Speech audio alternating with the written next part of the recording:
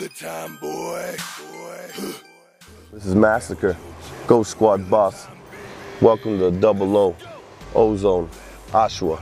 I started writing in like 1998. I was in jail as a young offender serving 2 years. I was more or less writing like love letters for male security to like their wives and stuff to help them on their anniversaries. My brother came in one day, I showed him a few things for his girl. He said, yo, start writing some horror flick. He referred to it as Stephen King. He said, try to write some Stephen King of rap. When you can do that, come back and show me the paper. I started going into my head and watching movies and getting different ideas. And so it's like 98, I really started doing that, started writing. The city I rep would have to be Oshawa. But I rep Oshawa to the fullest. I'm from here, born and raised. But Canada's what it is, man. I think I rep Canada fully. I look for the whole country to back me up on this. Oshawa is very important to me. Made a lot of money in this city, got in a lot of trouble in this city, raised my kids in this city, grew up here. All my family's here, most of them. We all grew up here. My main friends are all from like around here. So we just living it here in Oshawa, man, Ontario. My name came from battling MCs on the street, man. That's what it is. I used to smash battlers on the street. They wanted to battle all the time. We were throwing like a little change up, like $200 back in the day was huge for battles around here. I was swooping them up. I never really thought that battle rap at the time would do anything that it's doing now. Like shout outs to KOTD and that, they're doing it big for the battle rap, but I wanted to start making songs, so I just kept the name Massacre. I tried changing it a couple times, and the streets wouldn't let me change it. Just it was what it is, you know? I feel like with the criminal record that I had from young, I never really had too many more options. I tried doing the 9-to-5 job thing, just wasn't me. I did it for 3 years, and then I was just sick and tired of the bullshit and the politics that happened around in factories and stuff like that. I've done lots of different jobs between drywalls. I built Boston Pizzas and Sunoco's, gas stations.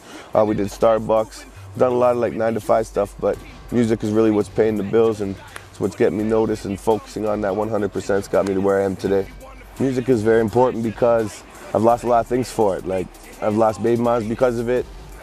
I'm too involved in my music. I lose friends because I'm too involved in that. They want to spend time, or I can't get them free tickets for this and this and this, like handouts, and lost a lot because of music, but I gained a lot too. I'm farther in my dreams than I ever thought I would be. Like the beat really tells me where I want to go. If it's a clubby beat, I start thinking about what I'd like to see in the club, what's really going on right now in the clubs compared to what was going on. Sometimes the throwback, take it back to where my boys will just understand more of the track, but then it becomes more simple so other people can more relate to what's going on.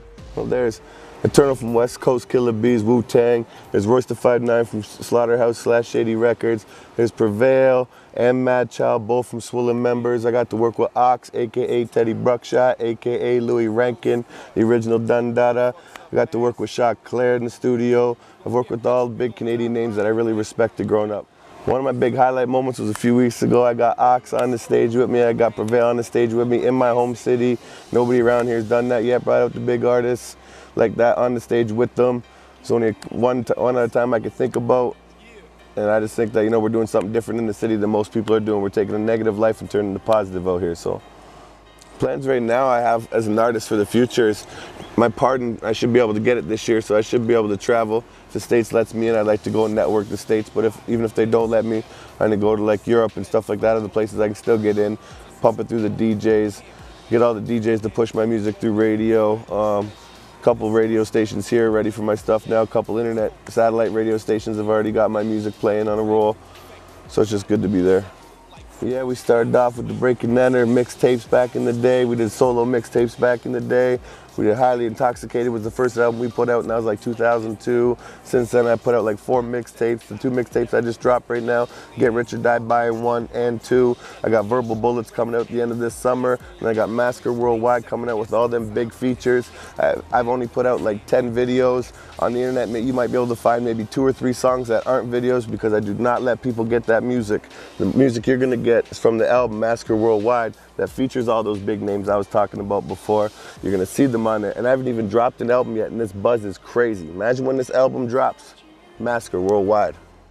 I'd like to thank all my supporters out there. You guys are really pushing me to keep putting out good music and trying hard to put out better music. I'd like to thank Concrete Gorilla, Mr. Fams, Ducks. He's been doing so much work for me. He's been giving me a lot of info, a lot of realness, showing me some real love. If it wasn't for him, my face wouldn't be on the internet, wouldn't be doing half the things I'm doing right now.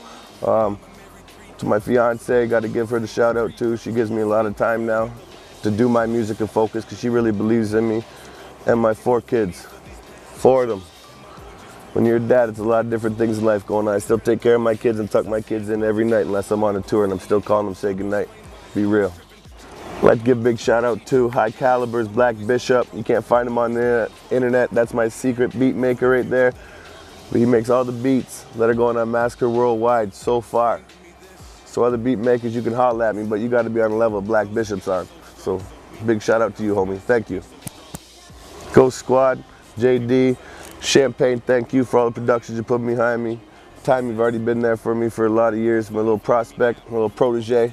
I'd like to thank a lot of people, man, but I just don't have the time for it because we too busy on this tour.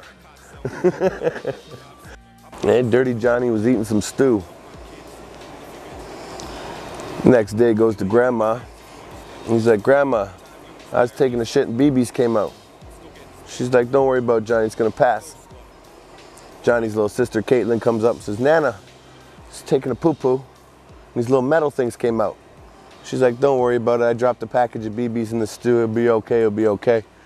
All of a sudden, down the stairs, flying, you hear the stairs pounding. Johnny breaks through the door, comes in, Grandma, Grandma. She's like, I know, you were taking a shit and BBs came out. He said, no, I was jerking off and shot your dog.